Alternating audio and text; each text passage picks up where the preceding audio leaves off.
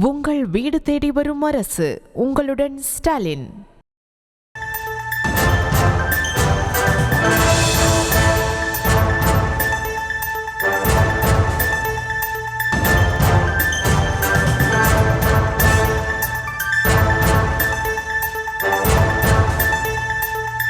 அண்மைச் செய்தி. தமிழ்நாட்டில் ஆகஸ்ட் 1 முதல் இந்தியன் ஆயில் நிறுவன சமையல் எரிவாயு சிலிண்டர் லாரிகள் ஸ்ட்ரைக்கை அறிவித்திருக்கிறார்கள். சமையல் எரிவாயு சிலிண்டர்களை ஏற்றிச் செல்லக்கூடிய லாரி உரிமையாளர்கள் இது தொடர்பான வேலை நிறுத்தத்தை அறிவித்திருக்கிறார்கள். ஈரோடு மாவட்டம் பெருந்துறை சிப்காட் பகுதியில் நடைபெற்ற ஆலோசனைக் கூட்டத்தில் இந்த முடிவு எடுக்கப்பட்டதாக கூறப்படுகிறது. இது குறித்த விரிவான விவரங்களோடு இணைகிறார் எம்முடைய செய்தியாளர் தங்கமணி. தங்கமணி, வணக்கம். என்னென்ன கோரிக்கைகளை முன்வைத்து அவர்கள் இந்த வேலை நிறுத்தத்தை அறிவித்திருக்காங்க? அது மட்டுமல்லாது இந்த வேலை நிறுத்தத்தால எவ்வளவு இழப்பு ஏற்படும் அப்படின்னு எதிர்பார்க்கப்படுகிறது? கௌதமி, வணக்கம். வருகின்ற ஆகஸ்ட் 1ஆம் தேதி முதல் தமிழ்நாட்டில் உள்ள இந்தியன் ஆயில் நிறுவனத்தினுடைய சமையல் எரிவாயு சிலிண்டர்களை ஏற்றிச் செல்லும் லாரி உரிமையாளர்கள் தற்போது அவர்களுடைய வேலை நிறுத்தத்தை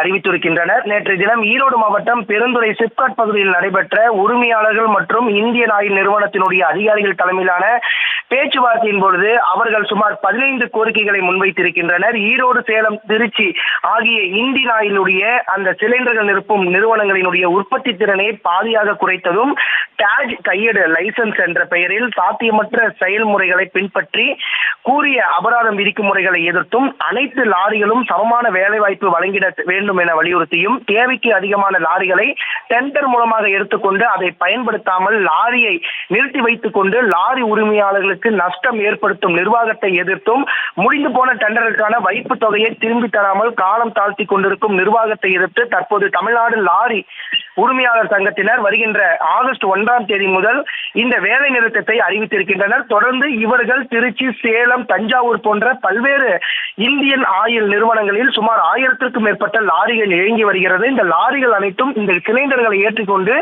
டிஸ்ட்ரிபியூட்டர்களுக்கு இந்த சிலிண்டர்களை இறக்குமதி செய்து வந்தனர். இந்த நிலையில வருகின்ற 1ஆம் தேதி முதல் இவர்கள் இந்த லாரிகளை வேலை நிறுத்தத்தில் ஈடுபட்டால் சுமார் 1000 லாரிகள் இயங்காது என்றும், நாள் ஒன்றுக்கு 34 கோடி ரூபாய் இழப்பீடு ஏற்படும் என தற்போது தெரிவித்திருக்கின்றனர். அதே சமயத்தில் சிலிண்டர்கள் பற்றாக்குறையும் என்பது தற்போது ஏற்பட வாய்ப்பு இருக்கிறது என லாரி உரிமையாளர்கள் தற்போது தெரிவித்திருக்கின்றனர். தொடர்ந்து தங்களுடைய 15 கோரிக்கைகளை இந்தியன் ஆயில் எரிவாயு சிலிண்டர் கம்பெனி உடனடியாக ஏற்றுக்கொள்ள வேண்டும். அவ்வாறு ஏற்றுக்கொள்ளப்படாது என்ற நிலை ஏற்பட்டால் தொடர்ந்து தங்களுடைய வேலை நிறுத்தம் நீடித்துக் கொண்டே இருக்கும் என தற்போது அவர்கள் அந்த ஆலோசனை கூட்டத்தில் முடிவுகளை எடுத்துள்ளனர்.